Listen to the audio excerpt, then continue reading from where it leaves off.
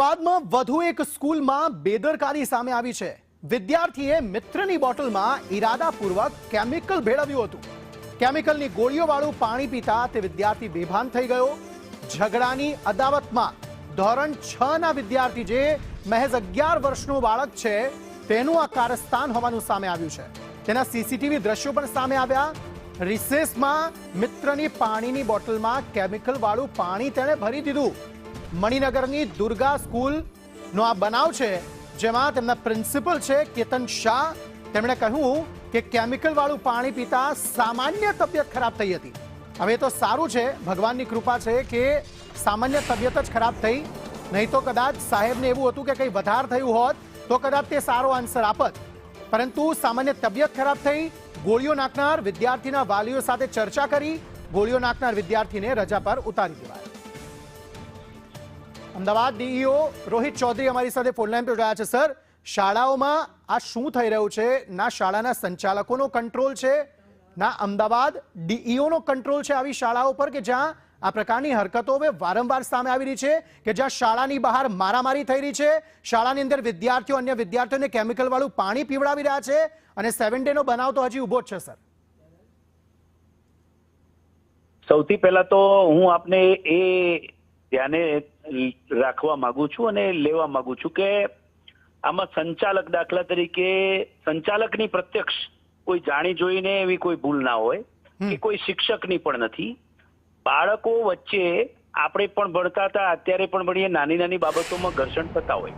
અહીંયા આ બાળકો બંને વચ્ચેના પ્રાથમિક અહેવાલમાં એવું સામે આવ્યું છે કે મજાક મસ્તીમાં એક બાળકે આ પ્રકારની પ્રવૃત્તિ કરી જે બિલકુલ નિંદનીય છે, એને વખોડી દઈએ અને એનું કાઉન્સેલિંગ પ્રોપર શાળા કક્ષાએથી આ બંને વિદ્યાર્થીઓને વાલીઓને બોલાવીને કરવામાં આવેલું છે।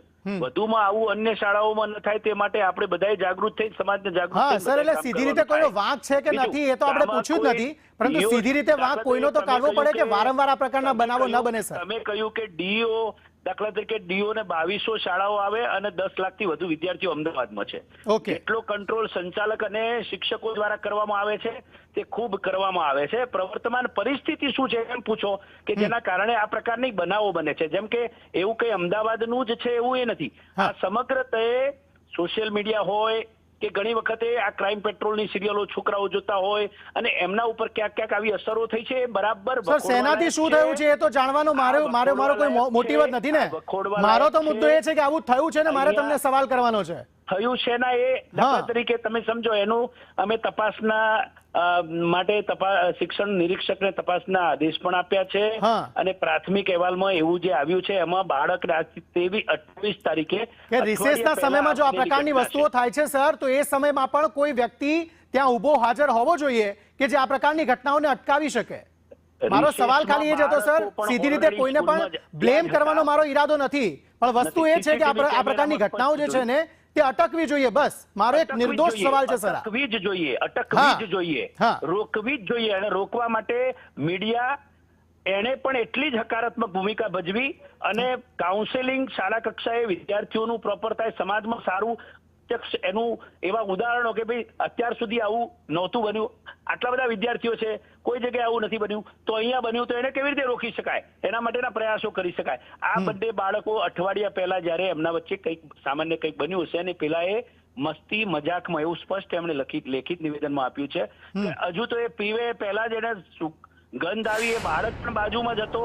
આ બધા ભેગા થઈને આચાર્ય પાસે ગયા છે, આચાર્ય સાહેબે પણ એમને બંને બાળકોને શાંતિથી સમજાવ્યા। નાના બાળકો છે, 6ઠ્ઠા ધોરણમાં અભ્યાસ કરે છે, એમને કોઈ બીજી રીતે આપણે કોઈ શિક્ષા કરીને સુધારી ના શકીએ, આપણે એમને કાઉન્સેલિંગથી સુધારી શકાય। આમાં માતા પિતા, વિદ્યાર્થીઓ, શિક્ષકો, સમાજ બધાએ સાથે મળીને આ પ્રકારની ન ઘટનાઓ બને એના માટે ચિંતન કરવું પડે।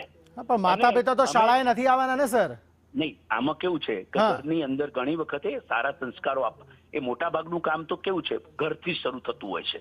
ઘર અને શાળા આ બંને છે બાળ ઘડતરના ખૂબ મહત્વના। એટલે એમની સર આમાં તો શાળાઓને જ કડક ચેતવણી આપવાની વાત હોય ને સર, કે સંચાલકો છે, શિક્ષકો છે, અથવા તો વિદ્યાર્થીઓને કદી પણ આવી રીતે એકલા ના મૂકે કે આવા પ્રકારના બનાવો બને। રિસેસનો સમય છે સર, અહીંયા સીસીટીવીમાં સ્પષ્ટ દેખાય છે, તો રિસેસના સમયમાં પણ કોઈ વ્યક્તિ ત્યાં ઊભું રહે એવી કઈ પણ વ્યવસ્થા આપ કહી શકો કે શાળા સંચાલકો કરે? દરેક શાળામાં શિસ્ત સમિતિની રચના કરવા માટેનો પત્ર પણ કર્યો છે અને રિસેસ સમયમાં આપણે આ શાળા પાસે શોકોઝ નોટિસ આપી અને ખુલાસો પણ માંગ્યો છે. એને ખુલાસો પણ માંગ્યો છે કે એકચ્યુઅલી આ ઘટના બની ત્યારે એ જગ્યાએ બસ માત્ર sir thank you so much Rohit sir અમારી સાથે જોડાવા બદલ. પણ આ છે ને માત્ર કહેવાની વાતો છે. તમે કહી દો છો કે શિસ્ત સમિતિની રચના થાય છે, બધી કાર્યવાહી થાય છે, પરંતુ વસ્તુ એ છે કે શાળાને શોકોઝ નોટિસ આપી એના કરતા પણ થોડા કડક પગલા લેવા જોઈએ, જેના કારણે શાળા સંચાલકો જે માત્ર પૈસા લઈને વિદ્યાર્થીઓ પર ઓછું ધ્યાન આપે છે તે વધારે ધ્યાન આપે અને જે વિદ્યાર્થીઓ છે ને એ પણ આ પ્રકારની હરકતો કરતા અટકે.